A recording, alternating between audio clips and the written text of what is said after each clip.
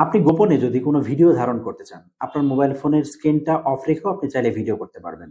আপনার সামনে ঘটে যাওয়া কোনো দুর্নীতি বা কোনো অনিয়মের বিরুদ্ধে আপনি চাইলে গোপনে এরকমভাবে ভিডিও করতে পারবেন। তেমনি আপনাকেও সচেতন থাকতে হবে আপনার ভিডিও যেন কেউ ওইভাবে না করতে পারে। চলুন দেখে নিই কোন অ্যাপস এর মাধ্যমে আমরা খুব সহজেই এই ভিডিওটি করতে পারবো।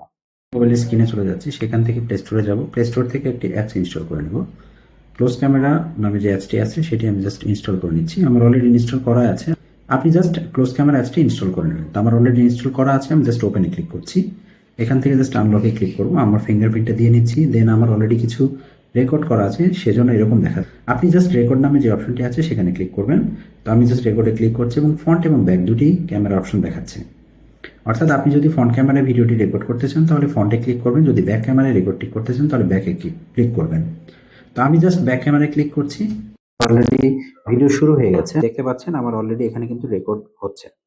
তো আপনি জাস্ট যদি স্টপ বাটন ক্লিক করেন তাহলে আপনার এই ভিডিওটি স্টপ হয়ে একটা ছোট্ট অ্যাড আসতে পারে, জাস্ট আপনি দেখে নেবেন। দেন আপনি এখান থেকে সেভ যে অপশনটি আছে এখানে জাস্ট ক্লিক করলে আপনার ভিডিওটি সেভ হয়ে যাবে। তো অনায়াসে আপনি এভাবেই আপনার যে কোনো ধরনের ভিডিও যতটুকু প্রয়োজন হয় আপনি জাস্ট রেকর্ড করে নিতে পারবেন। চমৎকার টিপস পেতে আমার চ্যানেলটি সাবস্ক্রাইব করে রাখুন। ধন্যবাদ।